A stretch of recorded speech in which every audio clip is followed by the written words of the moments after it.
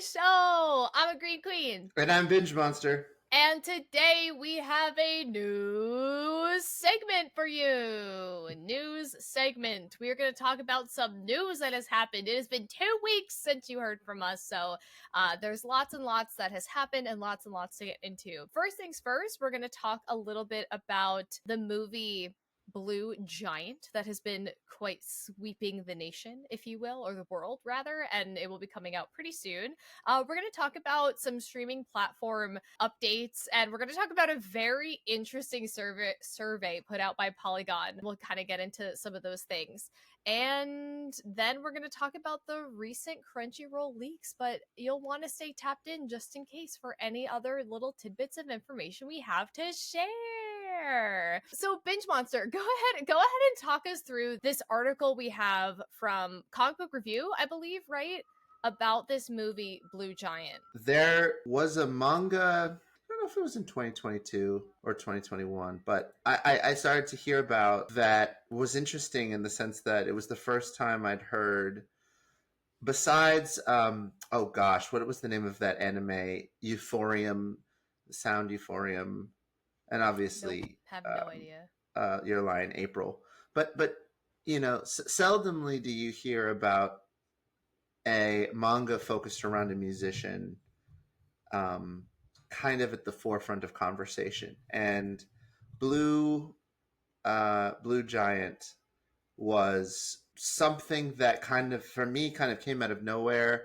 And it's been a couple of years since I would call myself a regular manga reader. Don't get me wrong, there are several titles that I do keep up with, and ironically, most of them are manhwa from Korea, more so than manga. And I guess maybe that's just because I spend less time on Shonen Jump, where I used to read most of my manga when Naruto was coming out on a regular basis and Bleach was coming out on a regular basis back in the good old days. But really interesting to hear this. It's had you heard about this, by the way? Had you heard about Blue Giant before this? You know, I don't think that I actually had. For some reason, I feel like Burnsy, who came on the podcast, we interviewed him a couple months ago. I feel like I saw a video of him saying that he was going to see it with his son or something. But no, this basically is off my radar. And I could even be wrong. Maybe he didn't even see that, but. Yeah. So, I mean, it had a tremendously successful run in Japan. It has currently a 100, or I don't know if it's currently, but at one point at least, at a 100% on Rotten Tomatoes, which, regardless of your opinion of Rotten Tomatoes, whether you agree that it's a valuable source of information or not, achieving a 100% on anything, whether it's IMDb, Rotten Tomatoes, whatever, is not simple. And it had that, right? Which is insane. Yeah. The studio that put this together essentially adapted the manga into a film, and it was released in February. And came to Netflix pretty recently, but was still, again, pretty off my radar. And I think that it's currently nominated for several awards. I know it's up for a couple Crunchyroll awards. I know it's the equivalent of Oscars in Japan. It's nominated for a couple of awards there. But I gotta say, I don't know if you knew this, but I was a huge jazz fan growing up as a kid. In fact, my love for jazz started because I really, and I probably should revisit this today because I still struggle with this, but I really struggled to go to sleep at night at a reasonable hour when I was younger. I was just super incapable of falling asleep. And my mom played smooth jazz every night. And that was pretty much the only thing that helped me go to sleep. And I went to jazz concerts. I met jazz artists from all around the world. Living in LA, I had access to a lot of those concerts. Loved jazz. And the main character for this film is a saxophone player. Leave a lot of spoilers, but the story centers around a saxophone player and centers around jazz, and it's supposed to be an absolutely incredible film, and it's available on Netflix for people who are interested. But it's find myself available September 1st on Netflix. Oh, okay, so it's not yet out. Yeah, not quite yet, but maybe by the time they see this episode. Maybe, yeah. I'm Sorry. really Please excited for continue. this. No, no, I was just gonna say I'm really Mm. excited for this. I mean, it's clearly well received so far by everybody who's seen it. It's rated super high. It's about a saxophone player. Yeah, I'm really excited about this. Yeah, I definitely am too. It's so funny that you say that. I had like such a small spurt. I feel like maybe every artist goes through this where they have a spurt of time where they're so into jazz. I mean, Mm. this happened in college actually, and we probably talked about this, but I for some reason had like such an attachment to like Judy Garland, and that was kind of what sparked this like very Mm. easygoing jazz. These songs by Ella Fitzgerald, Frank Sinatra, and they kind of like all swapped major ballads at that time. And I also was obsessed with Thelonious Monk. I thought his story was Mm. so fascinating.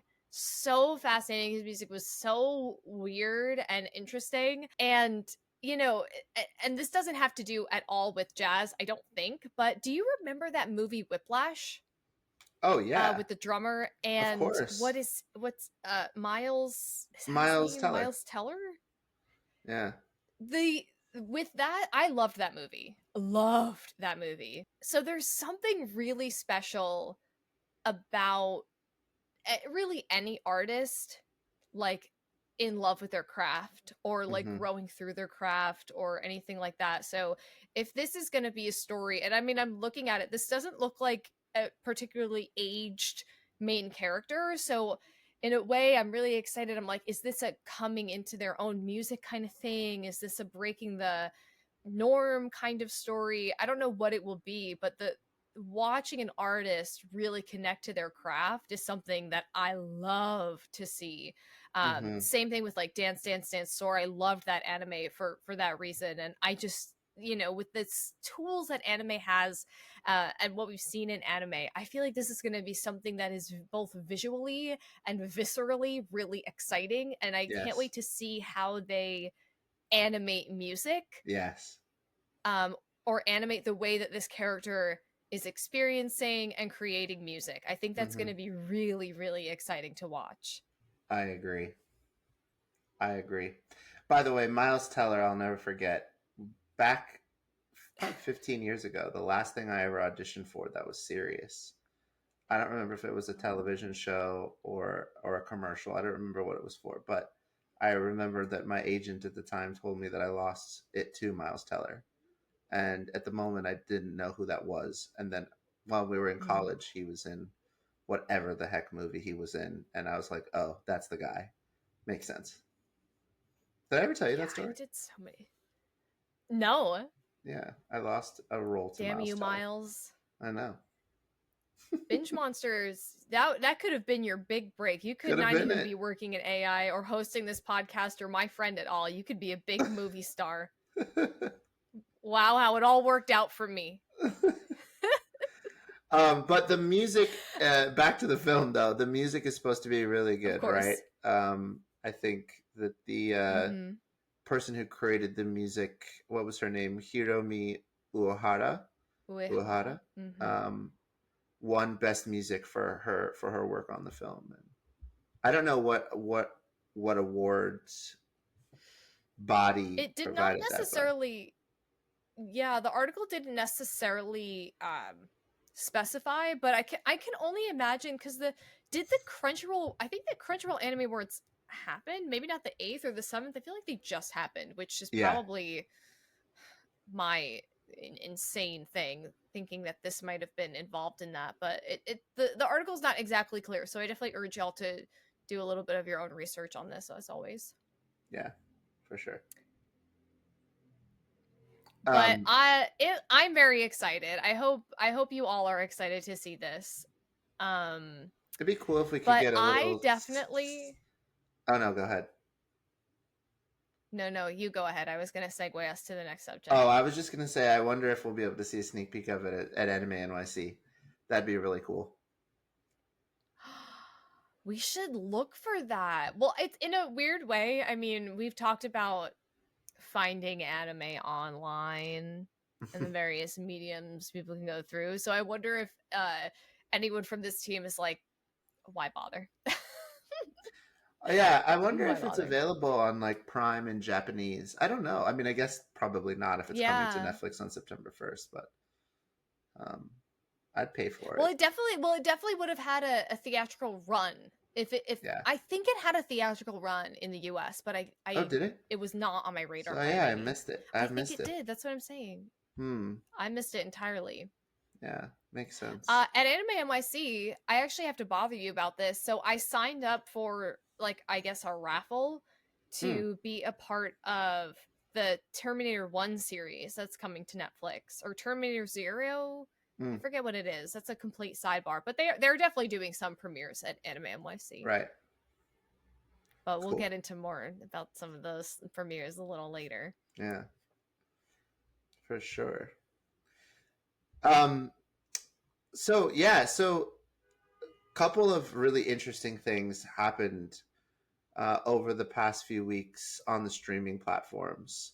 I think, you know, for whatever reason, this week has been the week for data breaches and hacks. I don't know if it's because I'm in technical spaces where we talk about these things, just generally technology trends. But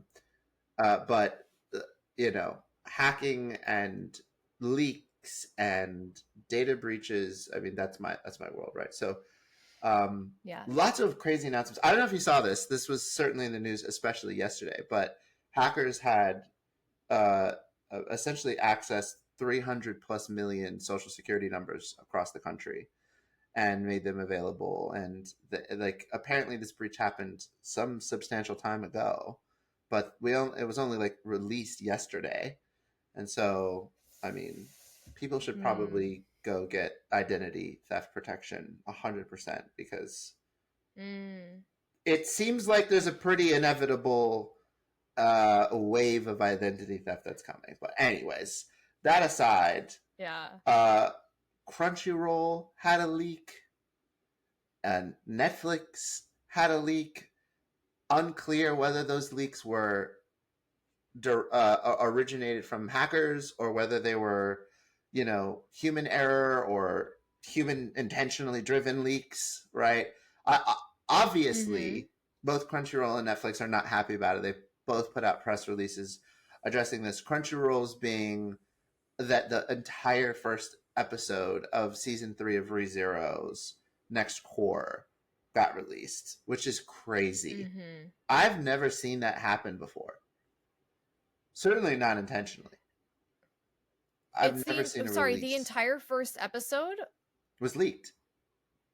Yeah. Oh, okay, okay. For some Yeah. reason you said that, I heard that, and then my mind morphed it into the entire first core of Oh, ReZero season 3, and I was like, "Oh my gosh, no!" oh But no, the no. entire first episode is crazy. I've seen scenes or trailers leaked, or I mean, and usually those are intentional to some degree, but like this is a whole episode, and I really thinking back, I can't remember the last time that's happened. At Mm-hmm. least not one at the top of the season. In hindsight, maybe I remember a mid-season episode being leaked before. Like I think maybe One Piece, because you remember Toei got hacked a couple of years ago. Do you remember that? Yeah, Toei got hacked. Something else recently got hacked. We did a whole episode on it, Yeah, I we think, did. something like that. Yeah, Yeah. but that was not a show that had not launched its season. I think it had just gotten leaked a little early. Like I think it was like a couple of days or something, if I remember correctly. But maybe I don't. Mhm. And then in uh, Netflix, it was a little different. It was like a season or upcoming titles that had not had the appropriate time to make the formal announcement and do the marketing and hype up the season. Yeah. That was a Well, pretty big deal. some other ones I even want to note that happened in this leak. Um Arcane, these are I think these are mostly Netflix. Arcane Mm-hmm. season 2, which I think Arcane was huge for season 1. Mm-hmm. Don Da Don, which I didn't watch but I know that name. Yeah. And then, like I was saying, so Anime NYC is having the premiere for the first episode of Terminator Zero. That's going to be a new, I think, anime, but a Netflix exclusive about the Terminator. And that was Hmm. also leaked, as well as, get this, the SpongeBob spin-off movie Plankton the Movie, which I didn't know was happening at all. I didn't know that either. But I needed to add those in. Yeah, and Crunchyroll, just had ReZero, but you know, what have you. I just wanted to add more of those into this conversation because, like, this is a huge, this is pretty substantial. I think so. I think I mean, and Netflix came out and said, oh, we had an issue with one of the production companies that we work with that had a breach, and that's how it got leaked. So I guess it I guess what they're trying to say is that it wasn't like the core Netflix team that Mm. that leaked it, and Crunchyroll is still looking into the issue themselves. They haven't identified kind of what happened there, or at least if even if they had, they haven't announced and made public kind of what their investigation led to. But yeah, Hmm. it's pretty interesting. It just feels like it's been a week of leaks. I don't know. I feel like no, because it keeps getting kind of like worse and worse. I feel like every, like, other month or 2 to 3 months, I'm hearing about some sort of security breach or leak or what have you. Like, Yeah, I know a couple months ago, like, Discord had some sort of something happened in Discord because the two-factor authentication company had some sort of hacking. Like, so there was really, some other, it was so ironic. It was so that is ironic. So it ironic. was it was like a third party sort of like two-factor authenticator app that maybe had some sort of integration with Discord Vulnerability. that Yeah, had a data breach or something like that. So it was just interesting. crazy. Yeah. So Wow. I feel like I keep seeing stories like this, and I don't know how that what that means for the future of, like, being online, but, like, it's kind of like, everything is online now. Our That's pretty anime, scary. our health records, my bank account. Yeah. Just kidding. I mean, you're not wrong. It's all true. It's interesting.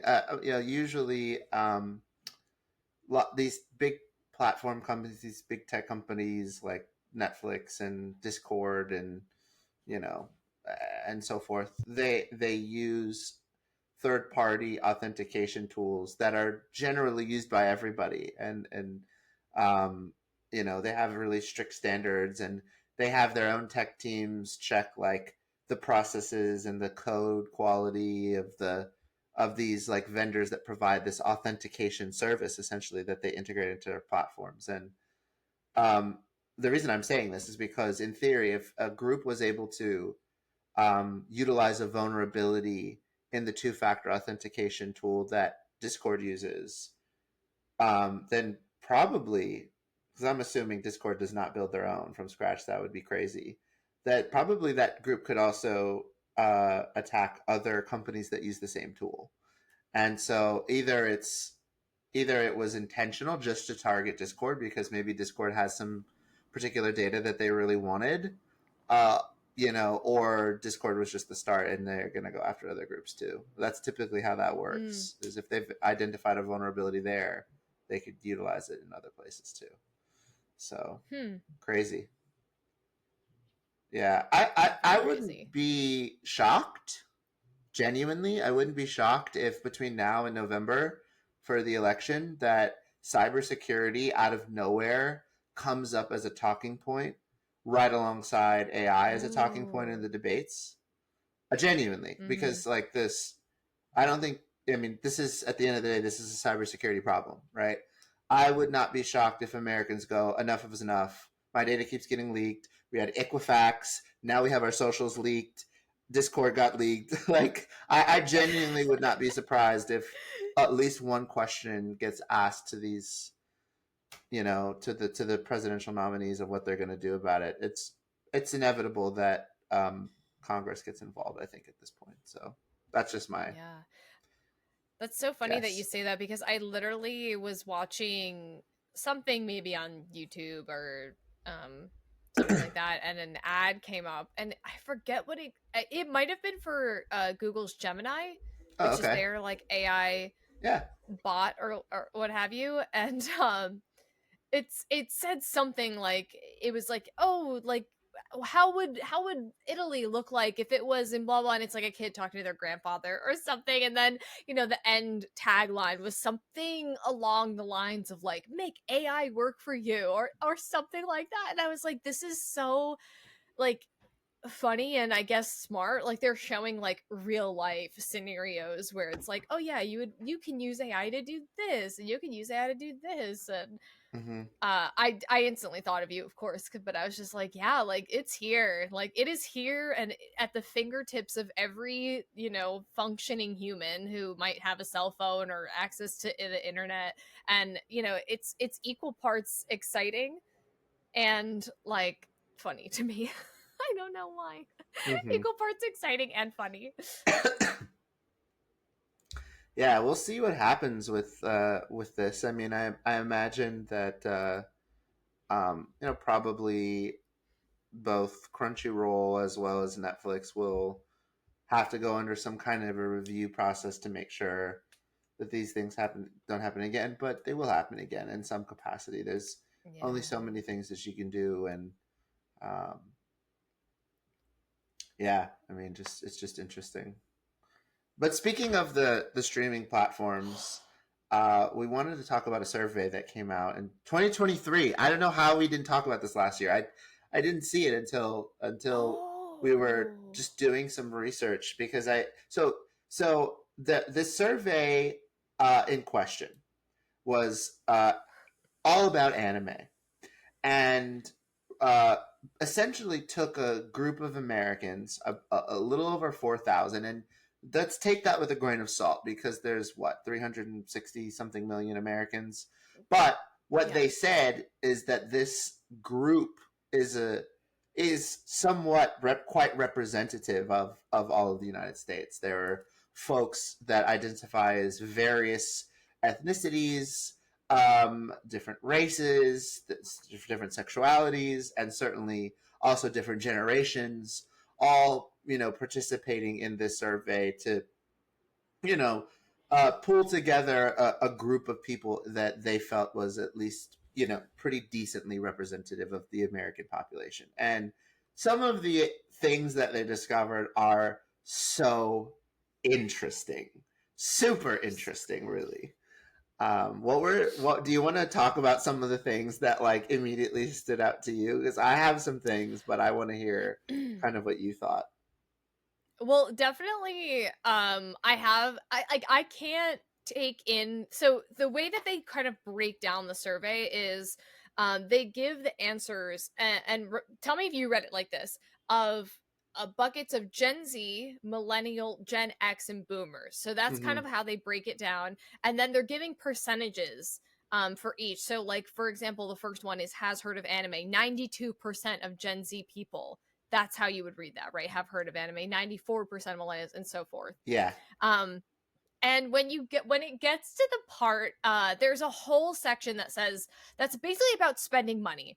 Are you Mm-hmm. buying anime merch? Are you like spending money on whatever? And all of the number out of all the columns, the highest number, like question by question by question, was millennials. And of course, I am a millennial, so I'm literally like, y'all, what are we doing? Like, what are we doing? Not even Gen Z, but maybe it's because Gen Z like is like young kids and like they don't make their like adult money yet.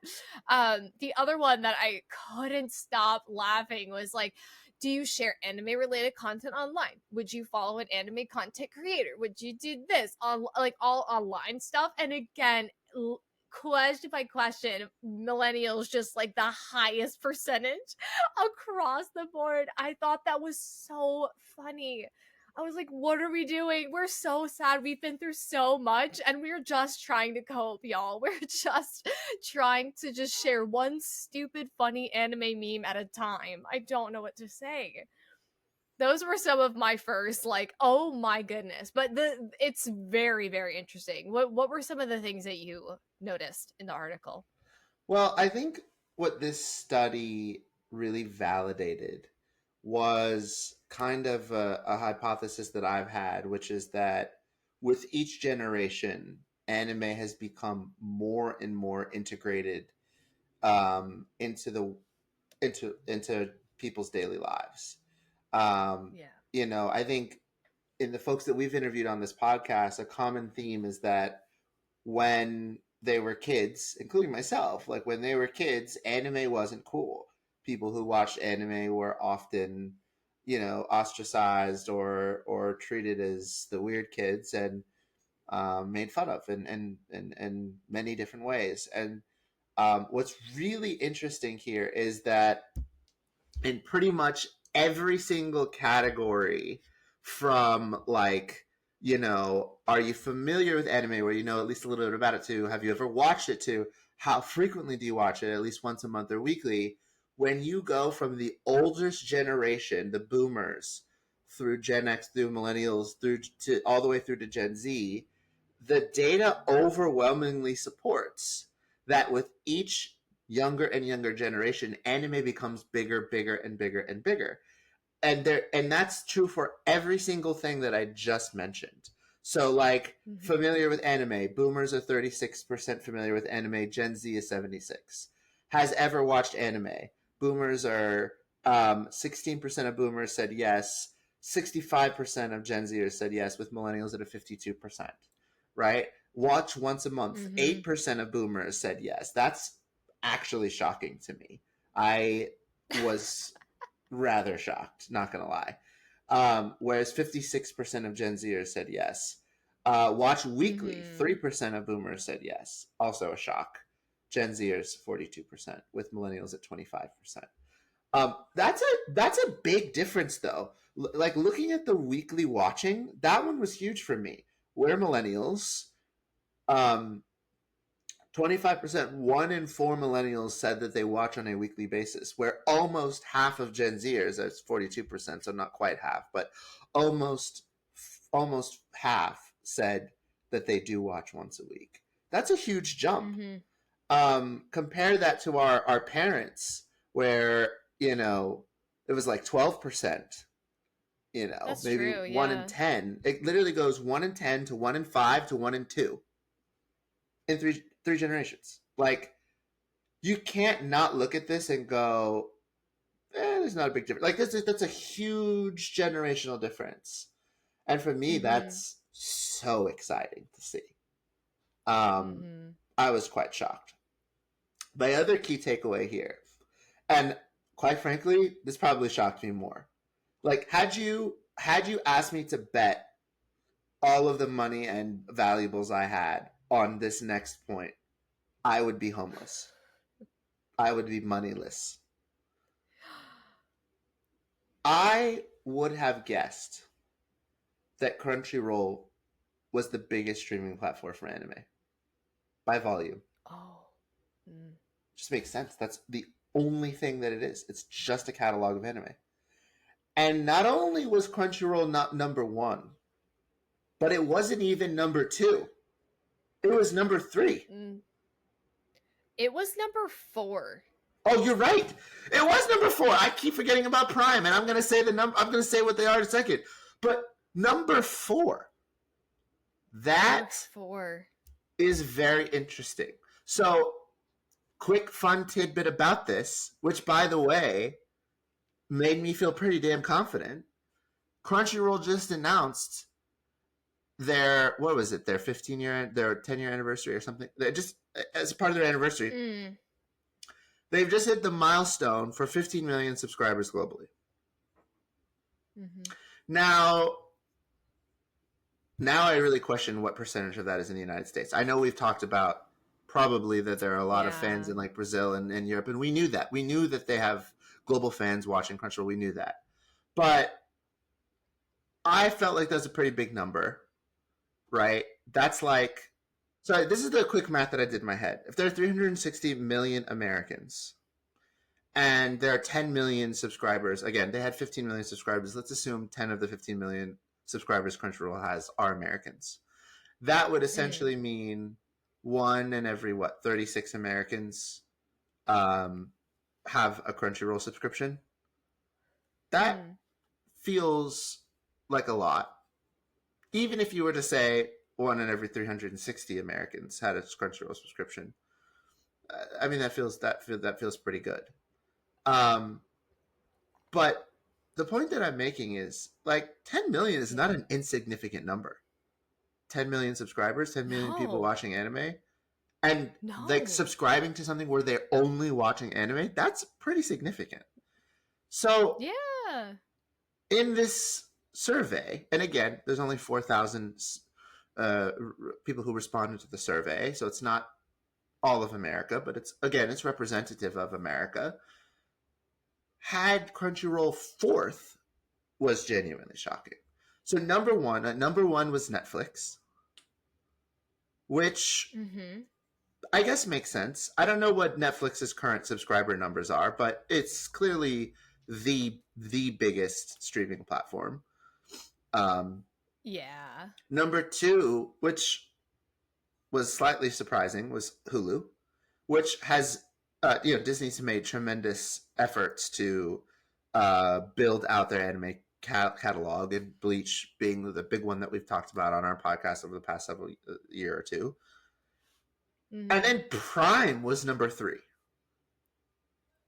Yeah, Prime, honestly, that threw a wrench in my predictions. I'm actually very shocked. I've not watched like one anime series on Prime. I don't even know what's on there. I have no idea. I think I watched one of the crazy anime. I forget what we were watching. It was like a horror or something. One of the things I would never really normally watch. Paranoia Agent. I think it was Paranoia Agent I watched on Prime. But I've literally that one. Same. Now, here's where this gets interesting for me. I don't know if you knew this, but people can actually get their Crunchyroll subscription through Prime now. So they can access Crunchyroll's entire library through Prime. Oh, wait, that's interesting. That's kind of something new. I was going to add to this conversation was, isn't Crunchyroll... Well, maybe I'm thinking of like Hulu and Disney. I'm thinking Hulu and Disney. Never mind. Yeah. I was like, aren't they? Hulu okay, Disney Plus. Never mind. Disregard what I'm saying. Yeah. No, but you're right. You can access Hulu through Disney Plus now. It's like there's something there. One of these are connected, but actually none, because Disney Plus is not on this list. Yeah, but Prime is an exception. You can get your Max subscription through Prime. You can get everything through Prime pretty much. Paramount Plus, you can watch those titles through Prime. It's actually brilliant, a brilliant strategy from Prime, because they're just the connector, right? Like they're adding to their own library, and I'm sure that they've negotiated some sort of a royalty to make Prime members available to Paramount, and you still have to pay the same subscription. It's just a better user experience for people, because instead of having to log into all of the different streaming platforms, they can just log into Prime. It's brilliant. But I wonder if some people got their Crunchyroll subscription through Prime, and they're saying Prime, even though it's actually still Crunchyroll's library. So and maybe they don't know that, or maybe they do. I don't know, but they were like, but I watch it on Prime. I don't know, but I don't think Prime has a very big library, independent of Crunchyroll's library. So I literally cannot explain to you why I'm shocked by Prime being number 3 on this list.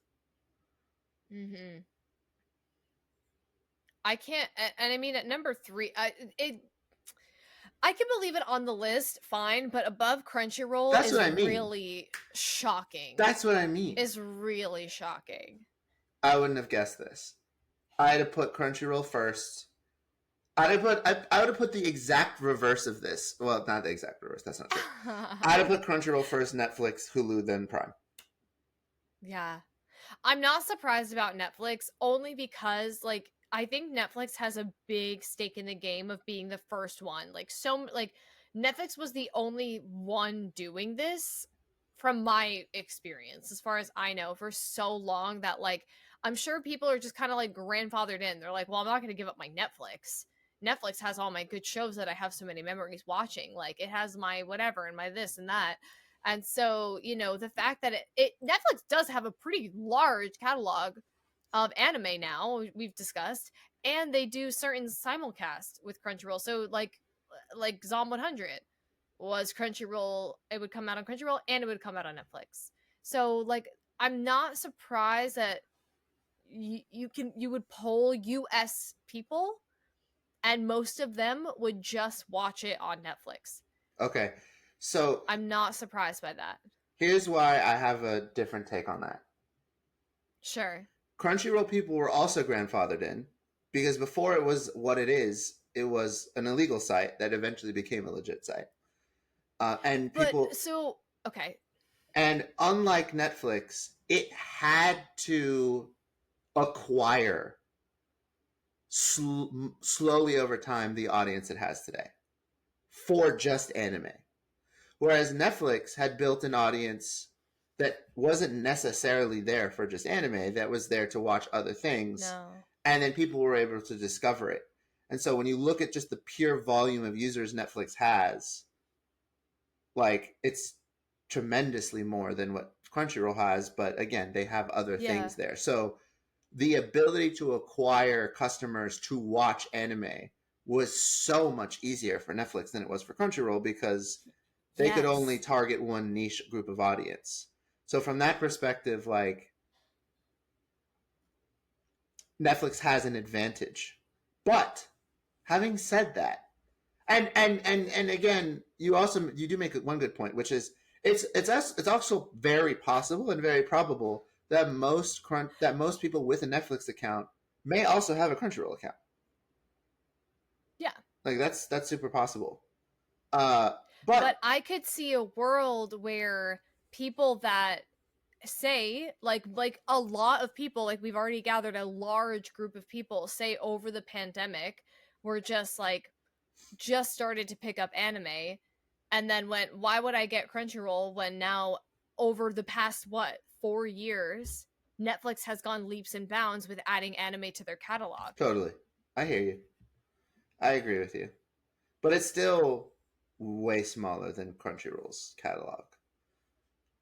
But maybe. Oh yeah, it is. But but we're talking I'm talking about average people that have just had Netflix and decided to get into anime, which was the boom of anime in the past 10 years. Fair point. Super fair point. Super fair point. Binge Monster, I know this hurts you deeply and personally. It's shocking. It was shocking. I'm just kidding. I'm just kidding. I know. I'm not surprised by it, but I am mad. Hulu, fine. But whatever.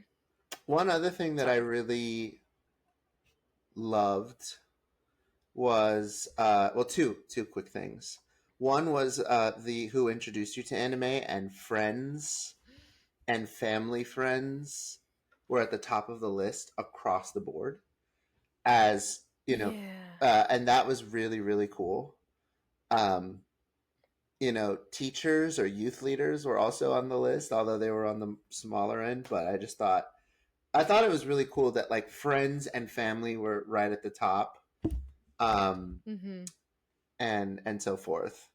But you know what was really funny? This is a quick aside. For the boomers, apparently 6% said their parents introduced them to anime. And like, I don't know what to make of that. That was an anomaly for me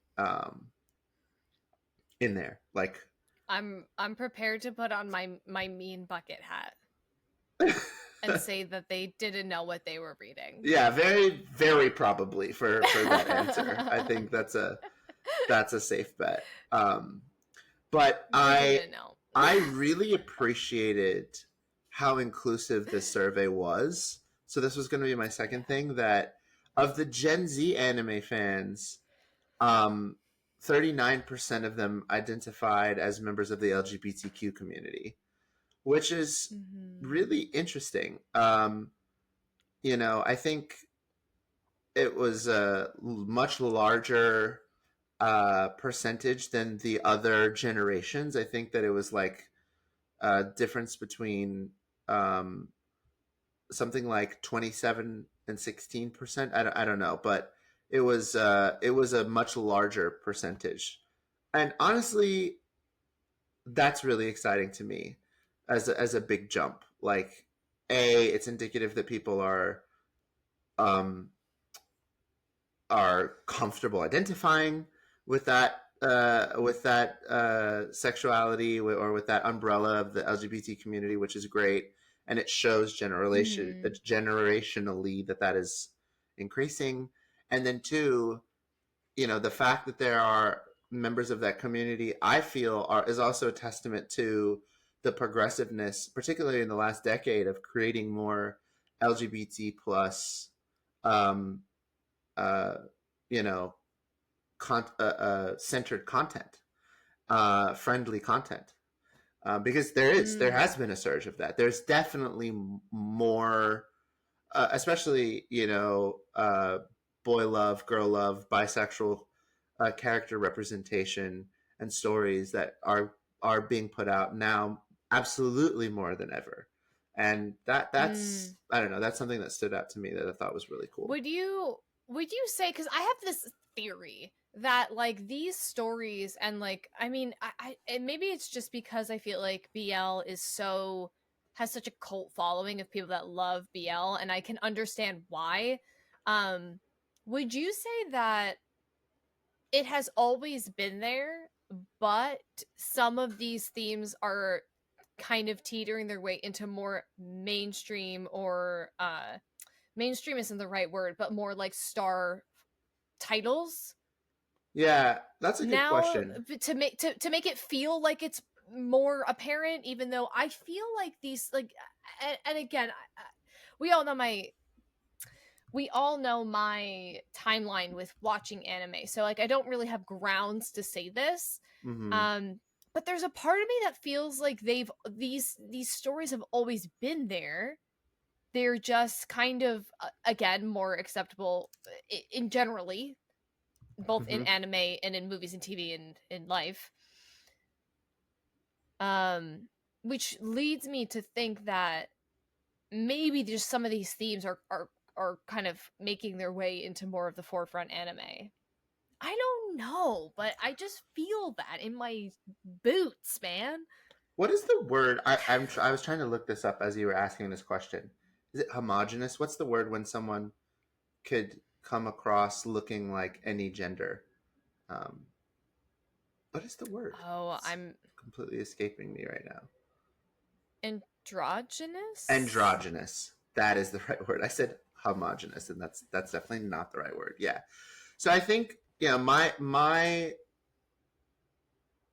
gut, and again, I'll acknowledge that I historically did not consume a lot of shows that were inherently marketed or positioned as BL or GL or LGBT titles when I was growing up, which is when I did the bulk of watching anime, for at least in my life.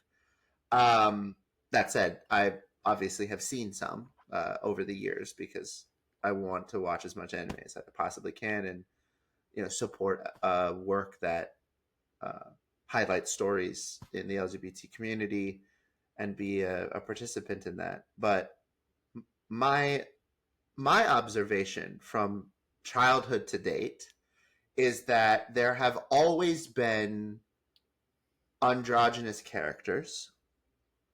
That is a stylistic thing present in a lot of anime, and it's very intentional. And we've talked about that before, how there are these particularly male characters who are drawn very beautifully to have very feminine features, but there's also that societal difference between Japan and America, where like even Yeah, fashion is feminine. The standard of beauty is, for men, is very different. There are more soft for features sure. and more feminine features that are celebrated, and that's definitely reflected in anime. You see that quite often, and even now there are characters that come out in an anime, and you may have to wait 5 or 6 episodes before you yourself can confirm whether that is a female character or not. And sometimes they don't ever answer that question. And that's also okay. But you know what? I think for a while, that line, but never really addressing it, was kind of the extent of mainstream LGBT characters.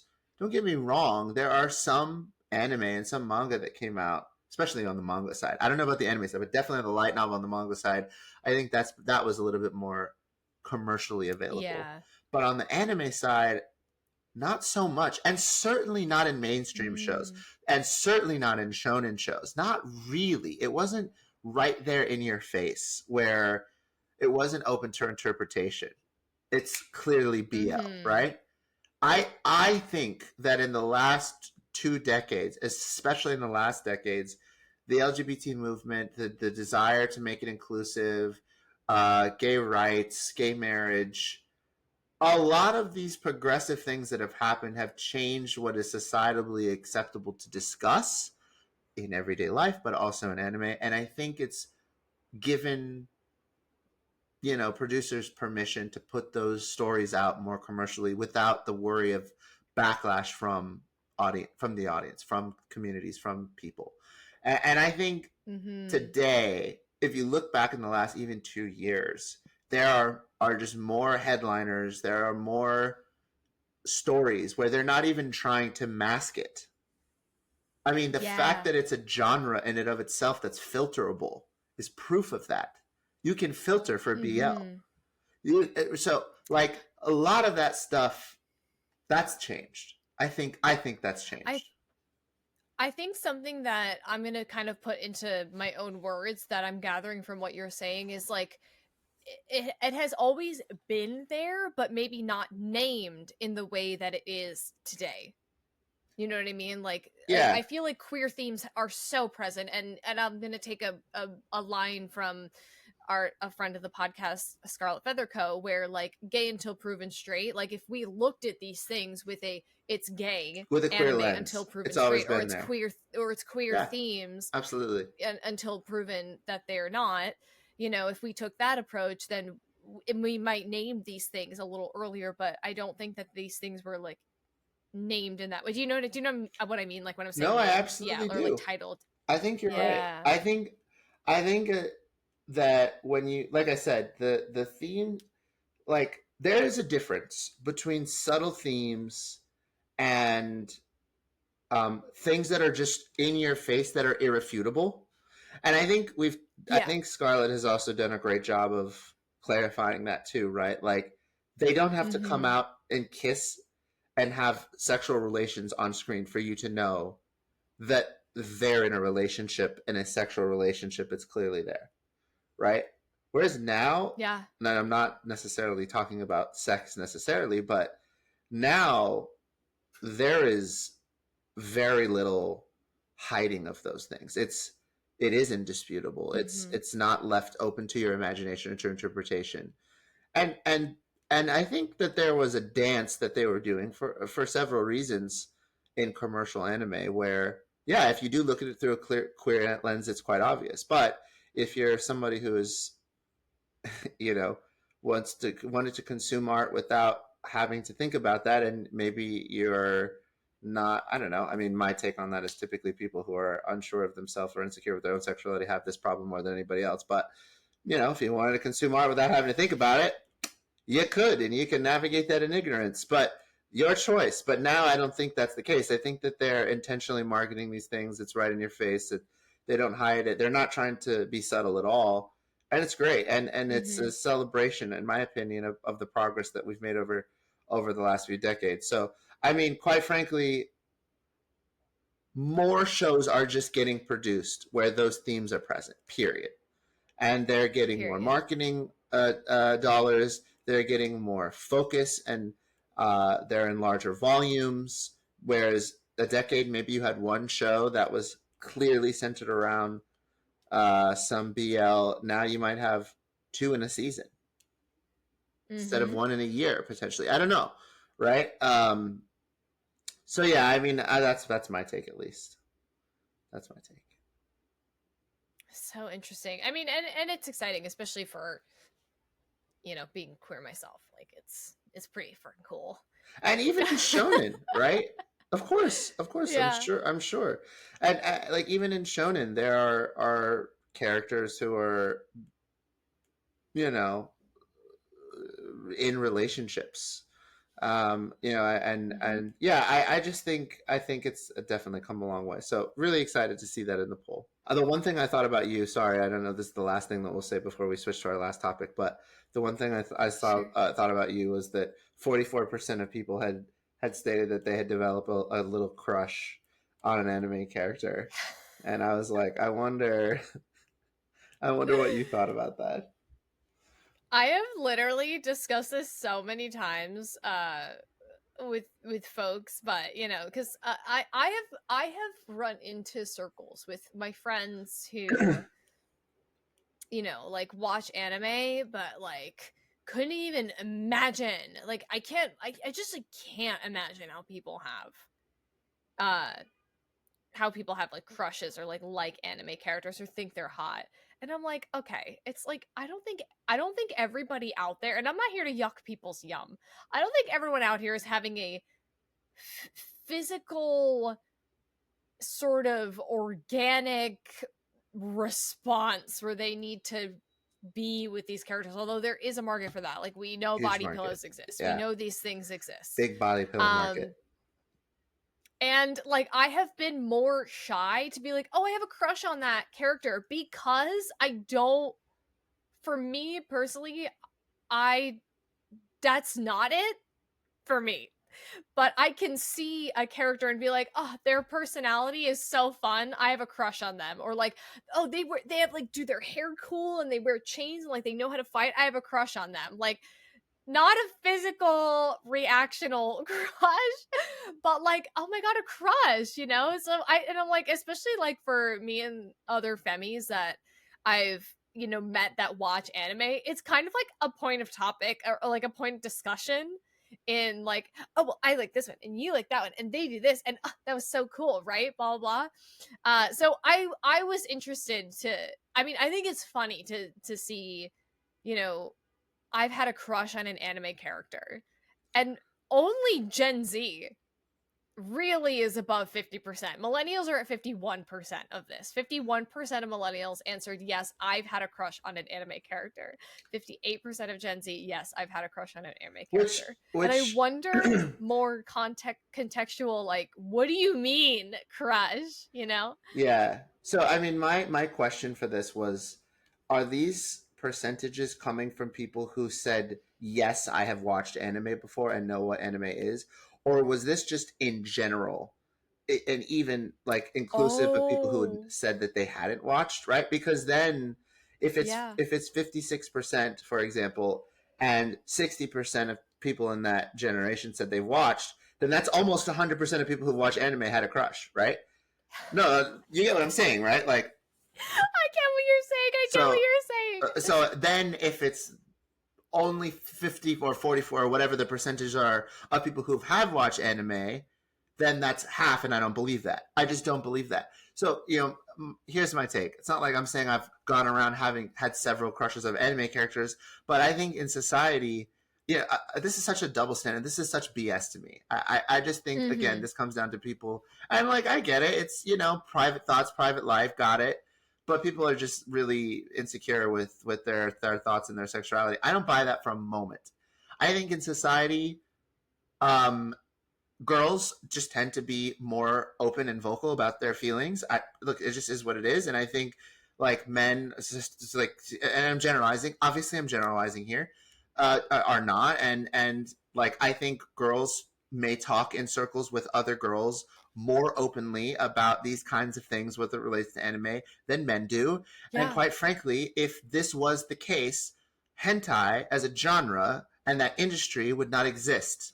Period. End of Yeah. discussion. Like, I don't buy that.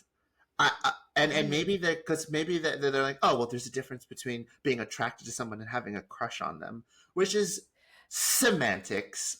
Whatever. I Uh-huh. don't Yeah. believe it. The data does not show that. The percentage No. of web traffic on the internet that is porn disagrees with that. It just does. And like I don't buy it. I don't buy it. So you don't buy that that it would be only 50% of people that have had an anime crush? So this says generalizing 44% of the people on the survey said that they've had a crush on an anime character. I don't buy that. I think, and I don't buy the 55%. I like, it's not like the question was, have you ever wanted to form a long-term romantic relationship with an anime character? That was not the question. Yeah. I don't think there are many who would say yes to that in a real way. There is a subset who totally would, and that's why the body pillow market exists. Fine. Yeah. But that was not the question. The question was, have you had a little crush? And I don't believe it. Have you had a little... Look, I'm like, listen, if you've ever made your phone background screen an anime character, I feel like that's grounds for saying that you had a crush on them. Listen, all I know is, as a prepubescent tween, before I was aware of the relevance of hormones and the existence of them, I had a crush on Misty from Pokemon. Like,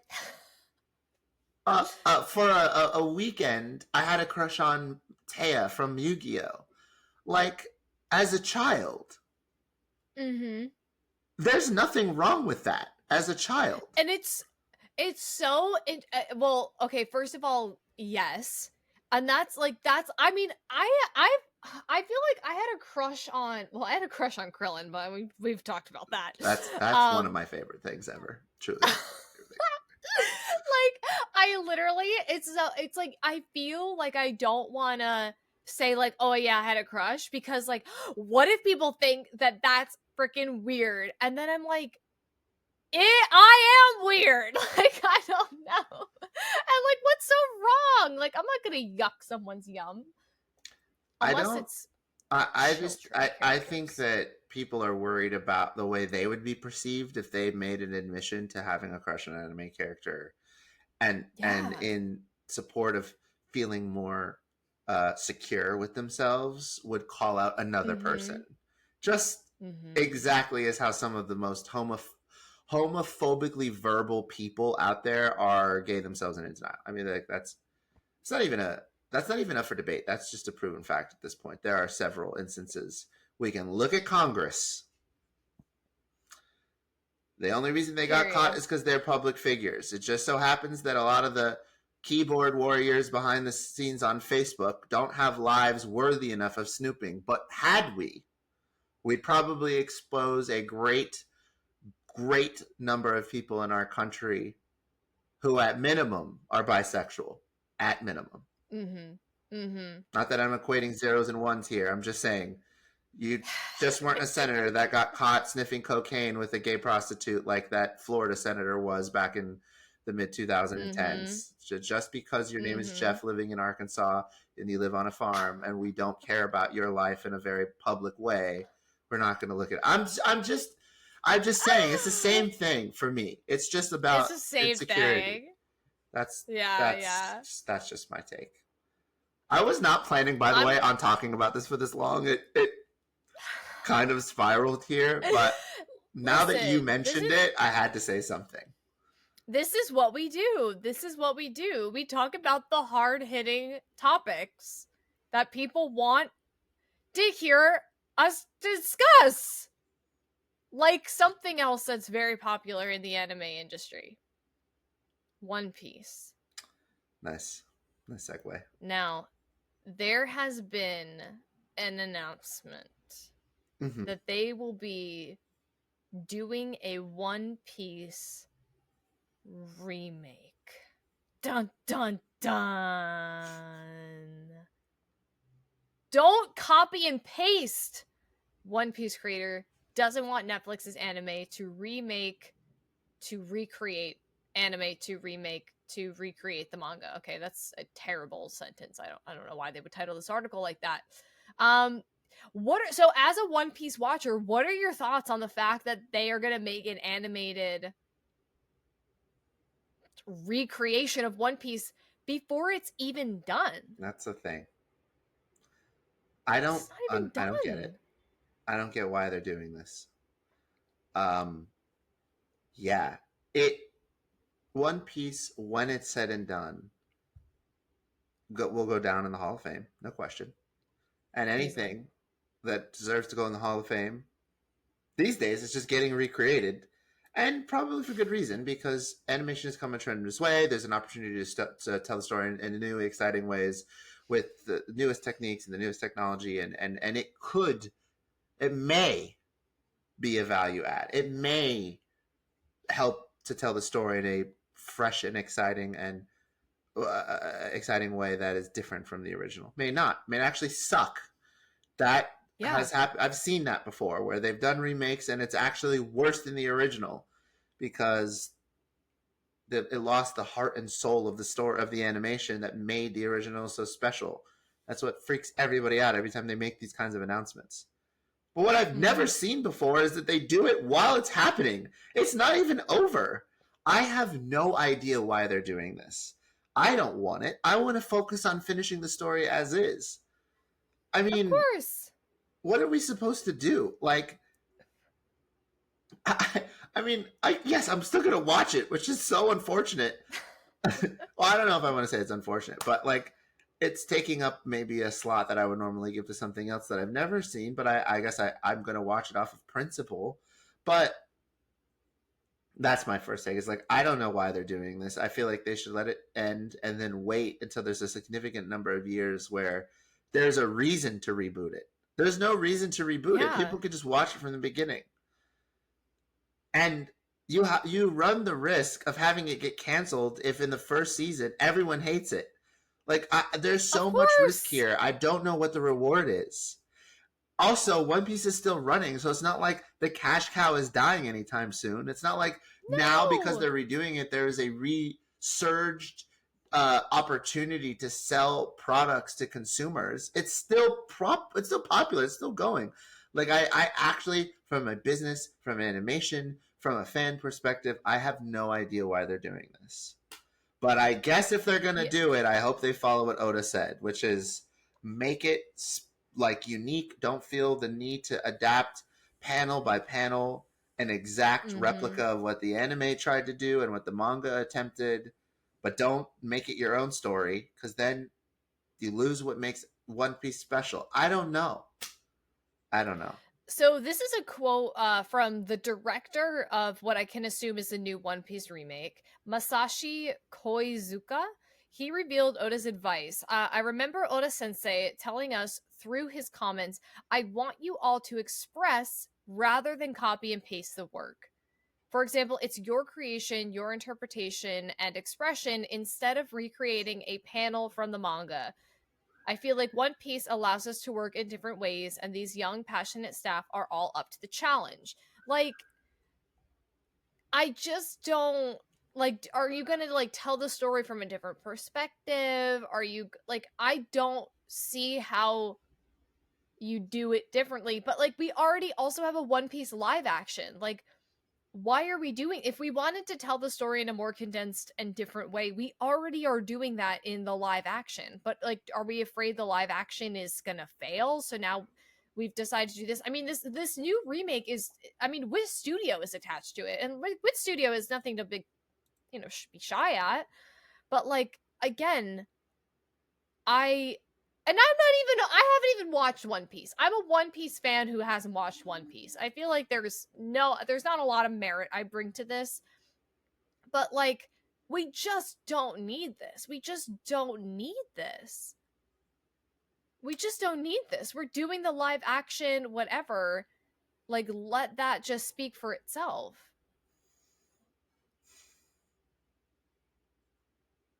I don't know.